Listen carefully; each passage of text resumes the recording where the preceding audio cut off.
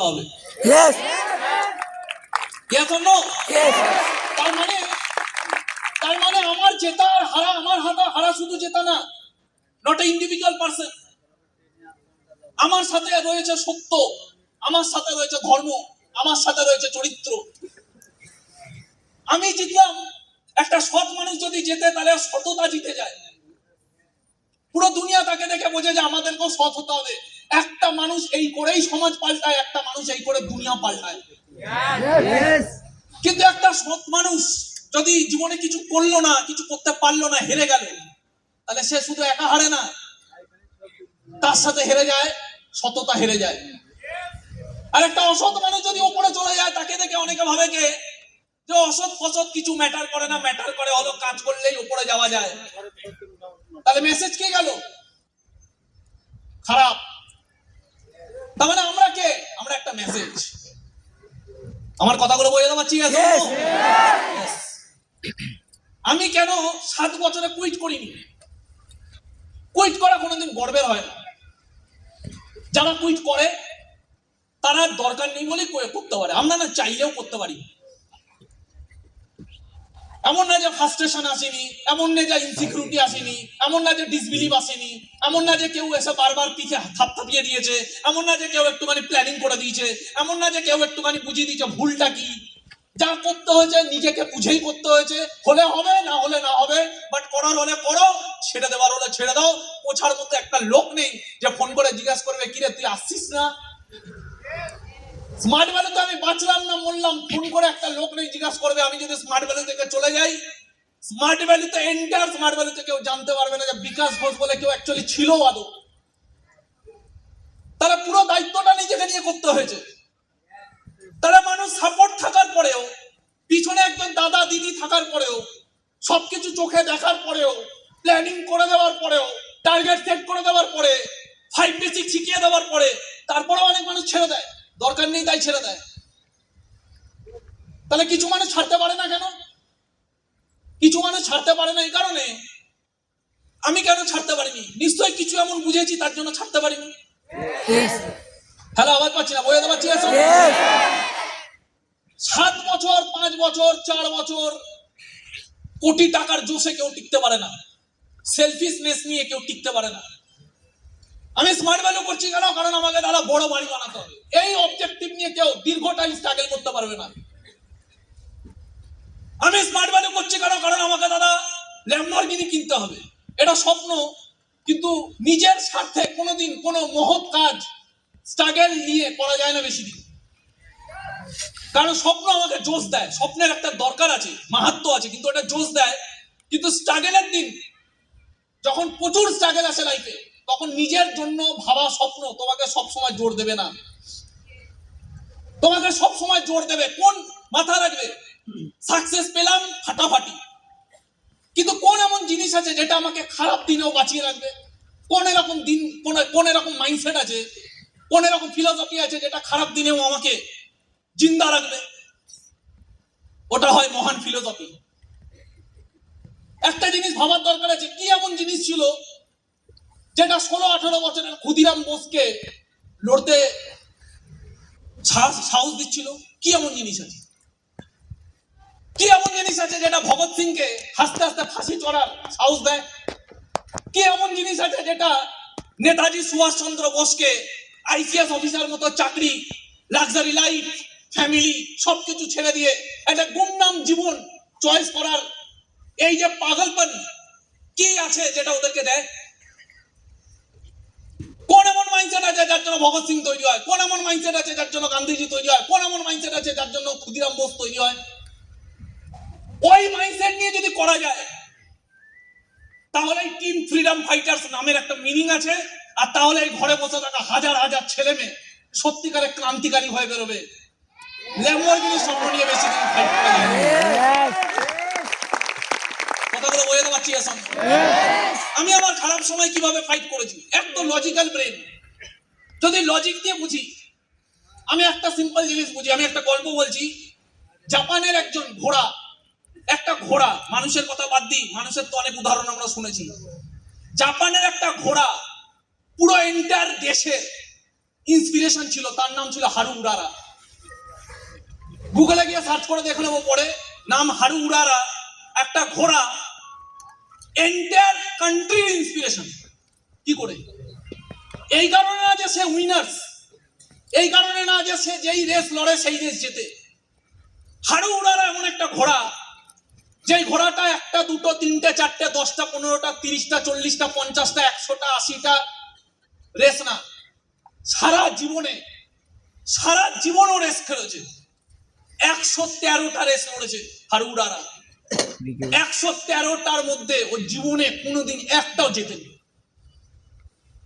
তাহলে দেশের ইন্সপিরেশন হলো কি করে? প্রথম মানুষ হাসতো, প্রথম মানুষ মজা উড়াতো, কিন্তু একটা সময় প্রত্যেকটা মানুষ নোটিস করলো যে একটা ঘোড়া কত বড় মেসেজ দিতে পারে। একটা ঘোড়া যে প্রতিদিন রেস হারে, তারপরেও ঘোড়াটা প্রতিদিন নিজের তেজ দিয়ে দৌড়ায়, আর একটা, দুটো, তিনটে না, পুরো জীবন নিজের কর্তব্য করে যায়। একটা সময় প্রত্যেকটা মানুষ হারু উরারাকে দেখে নিজের ইন্সপিরেশন মানিয়ে নিল যে একটা ঘোড়া যদি প্রতিদিন হারার পরে প্রতিদিন নিজের বেস্ট দিতে পারে, তাহলে আমরা কেন দিতে পারবো না? Yes! একটা ঘোড়া চাইলে ইন্সপিরেশন হতে পারে, একটা ঘোড়া। কারণ আমরা কি এই ঘরে যতজন বসে আছি তারা একবার বাড়িতে গিয়ে কোনোদিন রাত্রেবেলা শোয়ার সময় চোখ বন্ধ করে ভাববো এরকম কি কোনোদিন, কোন ফিল্ম দেখলে এরকম কি কোনোদিন হতে পারে একটা মানুষ একটা কাজকে ভালোবেসে সারা জীবন করে গেল এবং লাস্ট অব্দি সে ফেলিওর হয়ে গেল? আমি এটা মানতে পারি না। একটা মানুষ একটা জিনিসকে ভগবানের মতো ভালোবেসে গেল, একটা মানুষ একটা জিনিসকে পুরো জীবন দিয়ে করে গেল, তারপর সে ফেলিওর হবে, আমি মানতে পারিনি। তাই আমি স্মার্ট ভ্যালু ধরে রেখেছি। আর ভগবান হতে পারে না। ফেলিয়ার মানুষদের মধ্যে প্যাশন থাকে না, ফেলিয়ার মানুষরা প্যাশনেট হয় না। আমি প্যাশন দিয়ে করবো, আর কতবার ফেল করবো? প্রকৃতির নিয়ম অনুসারেও একদিন দিনের পর রাত আসে। কতবার ফেল করব, কত বছর ফেল করব? কুইটার কারা হয়? যাদের কোনো টাইম নির্দেশ নেই। 3 মাসেও করতে পারে, 6 মাসেও কুইট করতে পারে, 1 বছরেও করতে পারে, 2 বছরেও করতে পারে। আরে কুইটারও তার সম্মানের যে একটা সেট করে নিয়েছে, হ্যাঁ 5 বছর, তো 5 বছর, তার আগে সারা দুনিয়া হেরাতে পারবে না। কুইটার, আমি কুইটার হলো বেস্ট কুইটার হবো, সারা 5 বছর করে কুইট। Yes!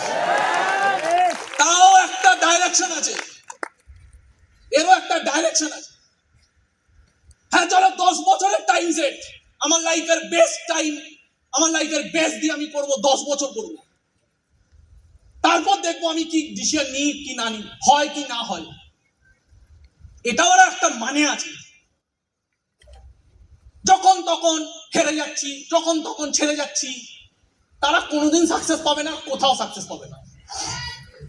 হ্যালো, আওয়াজ পাচ্ছি না? বোঝাতে পারছি? Yes! অনেকে বলে দাদা তোমার 7 বছর হয়নি, তারপরেও ছিলে কি করে? ছিলে কি করে না, পরে আগে লজিক তো অনুসারে আমার জীবন কোথায় যেতে পারে এটা আমি বুঝে গেছিলাম। আর স্মার্ট ভ্যালু তো মানুষের জীবন কোথায় যাচ্ছে এটা চোখে দেখতে পাচ্ছিলাম। হ্যাঁ, আওয়াজ পাচ্ছি না? বোঝাতে পারছি? আমার জীবন কোথায় যেতে পারে এটা আমি বুঝে গেছি। 50 লাখ মানুষ কম্পিটিটিভ এক্সামে পরীক্ষা দেয় 5000 সিটের জন্য, সেখানে সে তার লাইফের 15টা বছর ধরে পড়ে থাকে, 1% চান্স নেই যেখানে। আর যেখানে স্মার্ট ভ্যালুতে যারা যারা একটা সার্টেন টাইম অবধি ডেডিকেশনের সাথে স্মার্ট ভ্যালুটা করেছে, করার মতো করে করেছে, দরকারের মতো করে করেছে, সত্যিকারের শ্রদ্ধা ভক্তি দিয়ে করেছে, কটা মানুষ আছে ফেলিয়ার হয়েছে? 10 বছর পরে ফেলিয়ার হয়েছে। আমি তো এরকম মানুষই দেখি। হ্যাঁ 10 মাসে ফেলিয়ার হয়েছে দেখেছি। আর এরাই বেশি, আর এরা এত বেশি, এরাই নেগেটিভ মারে। আর এদেরকে দেখে বাইরের কিছু দুনিয়ার মানুষ যারা নেটওয়ার্ক মার্কেটিং ইন্ডাস্ট্রি জানে না, তারা বলে এসব হয় না। কিন্তু বাইরের ইন্ডাস্ট্রির মানুষরা, বাইরের লোকরা বলতে পারে এই কথাটা, তারা জানে না। কিন্তু স্মার্ট ভ্যালুর ট্রেনিং যারা নেয় তাদের তো অতটা জ্ঞান বুদ্ধি থাকা উচিত, কাদের হয় আর কাদের হয় না। হ্যালো, আওয়াজ পাচ্ছি না? বোঝাতে পারছি? তাই আমার জ্ঞান বুদ্ধি বলে যে মিনিমাম কতটা বছর একটা মানুষকে দেওয়া উচিত। আমি ততটা বছর তো থাকতামই। 7 বছরে না হয়ে 8 বছরেও যদি না হতো তাও আমি থাকতাম, 9 নম্বর বছরে না হলেও থাকতাম। আর 10 নম্বর বছরে না হলেও থাকতাম। যতদিন আমি পারতাম আমি ততদিনই থাকতাম, কারণ আমি চাইছিলাম আমার স্মার্ট ভ্যালি হোক। আমি কারোর কথাতে স্মার্ট ভ্যালি করিনি, আমি নিজে বুঝে করেছি, আমার দরকার বলে করেছি, আমি আমার জীবন বুঝে করেছি। Am I making sense? Yes or no? তাহলে যখন তখন হেরে যাবো মানুষদের থেকে, ওই মানুষগুলো বেটার যারা হারছে কিন্তু একটা টাইমের পরে, যে হ্যাঁ এতটা টাইম তো দিতে হবেই। আর তার থেকেও বেটার কারা? তার থেকেও বেটার ওই মানুষগুলো, যেই মানুষগুলো জানে 10 বছর পরেও হারবো কেন, ছাড়বো কেন। যদি মনে হয় না কিছু তো করতে হবে, কি করতে হবে? চাকরি করব, কিন্তু স্মার্ট ভ্যালু ছাড়বো না। পার্ট টাইম করি বা ফুল টাইম করি, সারা লাইফ টাইম স্মার্ট ভ্যালু করবো। পার্ট টাইম করি, ফুল টাইম করি, লাইফ টাইম স্মার্ট ভ্যালু করবো। আজকে স্মার্ট ভ্যালুতে 50 লাখ মানুষ চান্স পেয়েছে। 50 লাখ মানুষ এই 26টা বছরে যদি এই মাইন্ডসেট নিয়ে ধরে রাখতো যে এত বছর ফুল টাইম করবো, তারপরে যদি না হয় ছাড়বো না, পার্ট টাইম করবো, কিন্তু সারা লাইফ টাইম করবো, একটা জেনারেশন পাল্টে যেত। কথাগুলো বুঝে দেওয়া পারছি? এসব মানুষ ছাড়ে কেন? তার দরকার নেই তাই ছাড়ে। একটা মেয়ে ছেড়ে চলে গেলে একটা ছেলে বছরের পর বছর ভুলতে পারে না। অনেকে গলায় দড়ি দেয়, অনেকে সুসাইড করে, অনেকে ট্রেনের নিচে পড়ে যায়, অনেকে বিষ খায়। কত প্যাশন দুদিনের একটা মেয়ের জন্য, কত প্যাশন, কিন্তু নিজের লাইফের জন্য কোনো প্যাশন নেই। কথাগুলো বুঝে দেওয়া পারছি? এসব তো কেন তারা পাবে? সাকসেস হলো বরদানের মতো, তপস্যা করতে হয় তারপরেই দেয়। কথাগুলো বুঝে দেওয়া পারছি? এটা হলো লজিক। এবার আসি ফিলোসফি। আমি স্মার্ট ভ্যালু শুধু লজিক দিয়ে করিনি, ইমোশন দিয়ে করেছি। কিসের ইমোশন?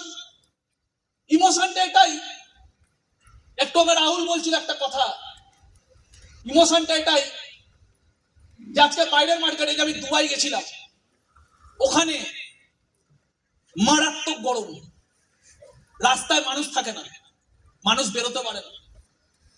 অ্যাটলিস্ট আমি গিয়ে তো তাই দেখলাম। রাত 9টার পরে একটু ভিড় দেখলাম।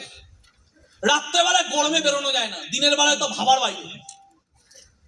তারপরেও কত ইন্ডিয়ান, থার্ড ওয়ার্ল্ড কান্ট্রির দেশের কত লোক ওখানে কর্মচারী, বাংলাদেশের, পাকিস্তানের আর ইন্ডিয়ান। ওরা কারা? কর্মচারী। কেউ ড্রাইভিং করছে, কেউ শপিং মলের বাথরুম পরিষ্কার করছে, কেউ রাস্তাঘাটে ঘাস পরিষ্কার করছে। ওই গরমে 2 টাকার জন্য মানুষ নিজের দেশ ছেড়ে ওখানে যাচ্ছে পয়সা কামাতে। কথাগুলো বুঝে দেওয়া পাচ্ছি? আওয়াজ পাচ্ছি না? কথাগুলো বুঝে দেওয়া পাচ্ছি? 2 টাকার জন্য মানুষ ওই গরমে, থাকা যায় না ওই গরমে। 3-4 দিনের ট্যুর ছিল, তার মধ্যে তো আমি 2 দিন বেরোইনি কোম্পানির সাথে ট্যুরে। কেন? আমি যাইনি ওই গরমে, আমার পোষায় না। এমনি আমার ঘোরাফেরা বেশি একটা পোষায় না, তারপরে তো আমি আরোই যাইনি। এবং আমি যখন দেখছি যে যেখানে আমি ঘুরতে এসেছি তাতেই আমি ঘুরছি না, সেখানে ওই অসহনীয় গরমে মানুষ কাজ করছে, কত টাকা পাবে, কিন্তু এটাই লাইফ। কথাগুলো বোঝাতে পারছি? এটাই লাইফ। আমি একটু আগে একটাই কথা বললাম, your life is a message to the world. একটাই জীবন পেয়েছি, দ্বিতীয়বার পাবো না।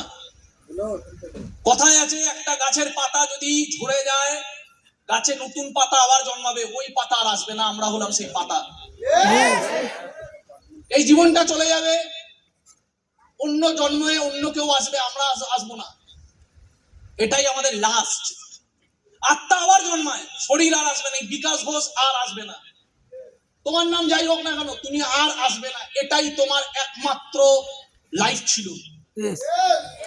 এবার এই লাইফটা কোথায় কাটালাম? 99% মানুষ পারপাসলেস ভাবে কাটায়। এই লাইফটা কোথায় কাটালাম?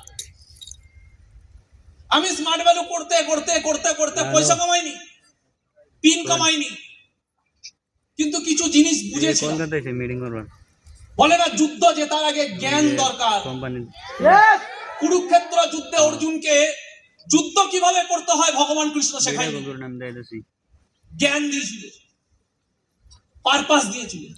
হট করে চাষ নাই বলে দেখ 7 বছর আমার পিন হয়নি, আমাকে স্মার্ট ভ্যালুতে কেউ চিনতো না।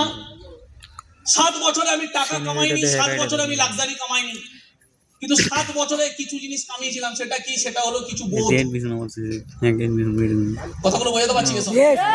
কিছু বোধ। আমি ছোটবেলা থেকে, আমার লাইফ দিয়ে বলছি, আমি ছোটবেলা থেকে নেশা করিনি, আমি ছোটবেলা থেকে খারাপ বন্ধুদের সাথে মিশিনি, আমি ছোটবেলা থেকে মেয়েদের দিকে খারাপ ভাবে তাকাইনি, আমি ছোটবেলা থেকে মেয়েদেরকে নিয়ে খারাপ কথা বলিনি,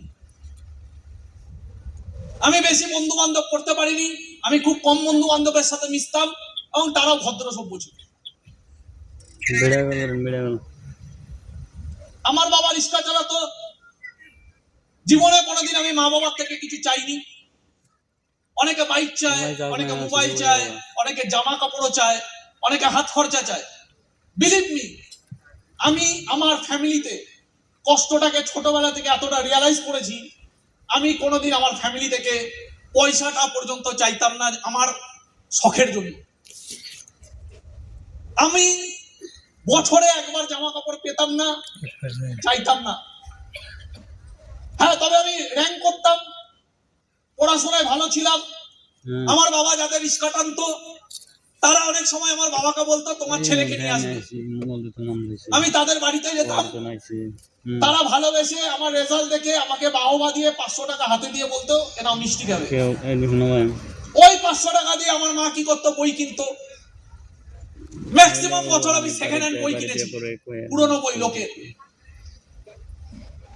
তার মানে যে জীবনে আমি জামা কাপড় পাইনি ভালো, 20 তারিখে 22 তারিখে লোকের দেওয়া জামা কাপড়, লোকের রং চটা জামা কাপড় পরেছি। আমার বাবা যদি কারোর বিয়ে বাড়িতে খাটতো রিক্সা নিয়ে, তাকে লাস্টে যদি খেতে দিত আমার বাবাকে, আমার বাবা ওখান থেকে কিছু খাবার নিজে না খেয়ে বলতো আপনি দিয়ে দিন, আমি বাড়িতে নিয়ে যাবো। কেন? ছেলেরা খাবে। তাহলে আমার বাবা দুটো রসগোল্লা হলে আমাদের 2 ভাইয়ের জন্য নিয়ে আসতো। এটা হয় স্যাক্রিফাইস, Yes. তাই তো? আর এটা আমার ফ্যামিলিতে না, সব গরিব ফ্যামিলিতে তাই হয়। মা বাবা নিজের জন্য ভাবে না, ওই দুটো রসগোল্লা দিলে ছেলের জন্য নিয়ে যায়। লজ্জাটাকে সাইডে রেখে ছেলে মেয়ের জন্য নির্লজ্জ হয়ে বলে যে আপনি দিয়ে দিন, আমি ছেলে মেয়েদের জন্য নিয়ে যাবো। কারণ অনেকে তার বাড়ির জন্য 100 টাকা খরচা করে নিয়ে যেতে পারে না। এবার আমাকে একটা কথা সবাইকে বলতে হবে, কেন আমি স্মার্ট ভ্যালু পড়েছি? এটাই হলো প্রশ্ন। আমার ভেতর থেকে এই প্রশ্ন বারবার এসেছে। সেটা হলো, পড়াশোনায় আমি কমতি করিনি, হ্যাঁ, তবে আমি বলবো না হেভি ফোকাসিং ছিলাম। কাজ যদি স্মার্ট ভ্যালু ট্রেনিং, যেমন একটা সময় ছিল গুরুকুল, গুরুকুলে 16 বছর বয়স থেকে 25 বছর বয়স অব্দি আলাদা আশ্রমে গিয়ে ট্রেনিং নিতে হতো। শাস্ত্রবিদ্যা, শস্ত্রবিদ্যা, মাইন্ডের ট্রেনিং হতো। ভগবান রামচন্দ্র পর্যন্ত নিজের রাজমহল ছেড়ে চলে গেছিলেন গুরু আশ্রমে।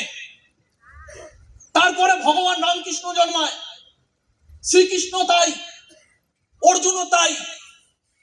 আমাদের গুরুকুল কোথায়? নেই। 16 বছরের বাচ্চা ছেলে মেয়েরা, 15 বছরের বাচ্চা, এখন তো 10 বছরের বাচ্চারা যদি স্মার্ট ভ্যালু ট্রেনিং, এমন যদি কোনো সিস্টেম থাকতো যে ছোটবেলা থেকে শুধু 5-10 বছর স্মার্ট ভ্যালু ট্রেনিং পড়াশোনার সাথে সাথে নিতে হবে, আমি লিখে দিতে পারি জেনারেশনটাই পাল্টে যাবে, দেশটা পাল্টে যাবে। তো আমি ছোটবেলা থেকে সিরিয়াস ছিলাম, কিন্তু এতটা ফোকাস ছিলাম না। কাজ যদি তখন আমি এরকম ট্রেনিং পেতাম, আমার মাইন্ডসেট আলাদা হতো। কিন্তু যাই হোক, আমি পড়াশোনা করেছি আর কোনো বছর এমন হয়নি আমি র্যাঙ্ক করিনি। তাহলে যেই ছেলেটা কোনোদিন খারাপ কিছু করেনি, যেই ছেলেটার পরিবার সারা জীবন খারাপ দিন দেখেছে, এবং আমি সারা জীবন পড়াশোনা করেছি একটাই কারণে, সিরিয়াস হয়ে। কেন? কারণ এটাই আমাকে দিয়ে কিছু করতে হবে, এটার মাধ্যমেই আমাকে কিছু করতে হবে। আমার মা আমাকে সবসময় একটাই কথা বলতো, বাবু খেলাধুলার টাইম সারা জীবন আছে, মজা করার টাইম সারা জীবন পাবি, বন্ধু বান্ধব পাতানোর টাইম সারা জীবন পাবি, অনেক খারাপ জিনিসও জীবনে আসবে, সেগুলোও সারা জীবন পাবি। কিন্তু এই বয়সটা যদি চলে যায়, তো তোর বাবা যেমন কষ্ট করেছে, আমরা যেমন কষ্ট করছি, সারা জীবন তোকে কষ্ট করতে হবে। এই কথাটা আমার মা বারবার বলতো। কোনো ট্রেনিং ছিল না, বাট মায়ের এই কথাটা বারবার বলতো। বন্ধু বান্ধব প্রেম সবকিছু পাবি। এই বয়সটা যদি চলে যায়, আমরা যেভাবে কাটাচ্ছি তোকেও সেইভাবে কাটাতে হবে। তোর কিছু নেই, হয়তো একটুখানি অভাব বুঝেছিলাম। কথায় বলে মানুষের জীবনে সব থেকে বড় অভাব, সব থেকে বড় বরদান গরিবের একটাই পাওয়ার, অভাব। কথাগুলো বোঝাতে পারছি? জীবনে অভাব আর অপমান, এই দুটো জিনিস যারা ফিল করেছে তারা বড় হবেই। আর একটা কোটিপতির ছেলে, তার কাছে বেস্ট রিসোর্সেস আছে, বেস্ট নলেজ আছে, বেস্ট টিচিং ফেসিলিটিস আছে, গাড়ি আছে, বাড়ি আছে, লাক্সারি আছে, সব আছে, পয়সা আছে, কিচ্ছুর কমতি নেই। তারপরেও সব বড় লোকের ছেলেরা জীবনে মহান হতে পারে না। কেন? কারণ তাদের কাছে সব আছে, দুটো জিনিস নেই, অভাব আর অপমান। হ্যালো, কথাগুলো বোঝাতে পারছি? স্মার্ট ভ্যালুর জার্নিতে ওই ভুলে যাবো অভাবগুলোকে স্মার্ট ভ্যালুর ট্রেনিং মনে করে দেয় যে তুই কে আর তোকে কি হতে হবে আর কেন হতে হবে। স্মার্ট ভ্যালুর ট্রেনিং 1 বছর আমি নিইনি প্রথম। তার মানে আমি কে? স্মার্ট ভ্যালুতে ক্যাজুয়াল। আমি স্মার্ট ভ্যালু প্রথম দিন থেকে বুঝে পড়িনি, কিন্তু কোনো না কোনো সিনিয়র 6 মাস 8 মাস আমাকে ফিল করিয়েছিল, এই ট্রেনিং হল আমাকে ফিল করিয়েছিল, এবং অনেক সাকসেসফুল মানুষদেরকে দেখে আমি ফিল করেছিলাম যে আমি কে, আমার পারপাস কি, আমি কেন করছি এইসব, আমার লাইফের কি ভ্যালু আছে, আমার কষ্টের কি ভ্যালু আছে। আমার মা সারা বছরে একটা কাপড় পায় না। পাশের বাড়ি কেউ যদি নতুন কাপড় এনে আমার মাকে দেখায়, আমার মা তাকে সেই কাপড়টাকে দেখে মনে মনে দুঃখ পায়। এটা আমার লাইফ। আমার বাবা ভোরবেলা 6টার সময় লোকের রিক্সা টানতে যায়, একটা ফাটা লুঙ্গি রিপু করে পড়া, এটা লাইফ। সেলের মার্কেটে আমার মা গিয়ে আমার বাবার জন্য লুঙ্গি কিনে আনে আর স্যান্ডো গেঞ্জি কিনে আনে, এটা হলো আমাদের লাইফ। নিজের বরকে গিফট দেওয়ার মতো টাকা নেই, লুঙ্গি কিনে আনতে হচ্ছে, স্যান্ডো গেঞ্জি কিনে আনতে হয়, এটা হলো আমাদের অকাত। ওই ঘরের ছেলে যখন স্মার্ট ভ্যালু পায়, কোন মোমান তাকে আটকায় স্মার্ট ভ্যালু করতে? কোন মোমান আটকায়? ওই ঘরের ছেলে যখন স্মার্ট ভ্যালু পায়, কোন রিজেকশন আছে যে তাকে এত ভেঙে দেয় যে ওই লাইফে তার অত দুঃখ নেই, স্মার্ট ভ্যালুর লাইফে দুঃখ। আমার কাছে কোনো দুঃখ নেই, কারণ আমি এর থেকে বেশি দুঃখ দেখেছি, আর ওর থেকে বেরোনোর জন্য আমাকে স্মার্ট ভ্যালু এইটুখানি দুঃখ পেতে হতোই। কথাগুলো বোঝাতে পারছি? অভাব আমার বরদান। যাকে ভগবান কিচ্ছু দেয়নি তার মানে তাকে অভাব দিয়েছে, আর যে অভাব ফিল করতে পারে সে কিছু করে দেখাবে। আর যে যত বেশি অভাব ফিল করবে, যে যত বেশি কষ্ট ফিল করবে, একটা লিমিটের পরে গিয়ে শুধু সে সিরিয়াস হবে না, একটা লিমিটের পরে গিয়ে সে ক্রান্তিকারী হয়ে যাবে। তখন তার অভাব আর অপমান শুধু তার জন্য ভাবাবে না, তখন তার অভাব আর অপমান তাকে অন্যের জন্য ভাবাতে শেখায়। এই দুটোর মধ্যে ফারাক আছে। কিছু মানুষ অভাবে সিরিয়াস হয়ে কাজ করে জীবনে সাকসেসফুল হয়, কিছু মানুষ আছে এত অভাব পায়, এত অপমান পায়, তখন আর সে নিজের জন্য সাকসেসফুল হয় না, তখন তার ভেতর একটা বড় মানসিকতা তৈরি হয় অন্যের জন্য ভাবার। একজন ইংরেজ রবার্ট ক্লাইভ নিজের জীবনীতে লিখছে, নাম শুনেছি আমরা রবার্ট ক্লাইভ? রবার্ট ক্লাইভ নিজের জীবনীতে লিখছে যে আমরা যখন ভারতবর্ষকে পরাধীন করার প্রথম যুদ্ধটা লড়েছিলাম এবং ওই দেশের রাজাকে গুলাম বানিয়েছিলাম, তখন আমরা আমাদের ভিক্টরি র্যালি নিয়ে যাচ্ছিলাম, মানে জিতেছিলাম তার র্যালি নিয়ে যাচ্ছিলাম। আর ওই সময় যেই দেশকে আমরা গুলাম বানিয়েছিলাম, আর সেই দেশের গুলাম বানানোর প্রথম যুদ্ধটা যখন র্যালি নিয়ে যাচ্ছিলাম, তখন ওই দেশের মানুষরা যারা উপস্থিত ছিল তারা আনন্দের সাথে হাততালি দিচ্ছিল, আর তাদের দেশের রাজাকে যখন গুলাম বানানো হয়েছিল তারা তখন হাসছিল। সেই দিনকে যদি এই 3000 ইংরেজকে ওখানে উপস্থিত প্রত্যেকটা ভারতবাসী ঢিল মারতো, ভারতবর্ষ 1700 সালে স্বাধীন হয়ে যেত। কথাটা কত ভয়ানক।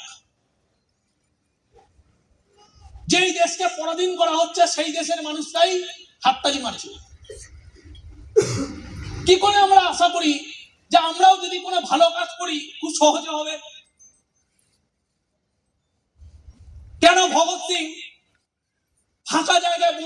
পার্লামেন্টে? ভগৎ সিং পার্লামেন্টে খালি জায়গায় বোম মেরেছিল কেন? একটাই কারণে, ভগৎ সিং এর প্ল্যানিং ছিল যে খালি জায়গায় পার্লামেন্টে সবার সামনে খালি জায়গায় বোম মারতে হবে যেখানে কারোর কোনো ক্ষতি না হয়। একটাই কারণে, কারণ আমাদের দেশের পয়লা মানুষদের কানে আওয়াজটাকে নিয়ে যেতে হবে ওই বোমের মাধ্যমে। তার মানে যখন ভগৎ সিং এর মতো মানুষ, ভগৎ সিং এর মতো মানুষ নিজের জীবনটাকে দিয়ে দিচ্ছে কিসের জন্য? এই দেশের মানুষদেরকে জাগানোর জন্য। যেই দেশকে পরাধীন করা হচ্ছে সেই পরাধীন মানুষদেরকে জাগানোর জন্য একটা মানুষ নিজের বলিদান দিচ্ছে। কথাগুলো বোঝাতে পারছি? আমরা ভাবি দাদা হচ্ছে না কেন, সহজে সহজে হচ্ছে না কেন, দাদা এই প্রবলেম হচ্ছে, দাদা ওই প্রবলেম হচ্ছে, দাদা এইটা কেন না, দাদা ওইটা কেন না। আগে ফিলোসফি সেট করতে হবে। তোমার ফিলোসফি কি? এই ঘরে অনেকে বসে আছে যাদের টার্গেট হতে পারে দাদা আমি স্টার হব, ফাটাফাটি, মাস্টার হব, ফাটাফাটি, স্মার্ট হব, ভালো কথা। আমারও টার্গেট আছে, আমি যেখানেই পৌঁছাই না কেন আমারও টার্গেট আছে। আমি দুবাইতে গেছিলাম ঘুরতে না, আমি দুবাইতে গেছিলাম একটা কাজে, দুবাইতে গেছিলাম আমি একটা কাজে, আর ওইটার জন্যই আমি দুবাইতে গেছি, নাহলে আমি দুবাইতে যেতাম না। এই একটা কারণে আমি দুবাইতে গেছি, যেখানে কোম্পানির ম্যানেজমেন্টের মিটিং এর জন্য আমাকে যেতে হয়েছিল, স্পেশাল মিটিং এর জন্য। তো আমি আজকে যেখানে দাঁড়িয়ে আছি আমারও টার্গেট আছে বস, আর অনেক বড় টার্গেট আছে, অনেক বড়, আমার থেকেও বড়। কিন্তু আমি কোনোদিন চাই না ওটা হয়ে যাক।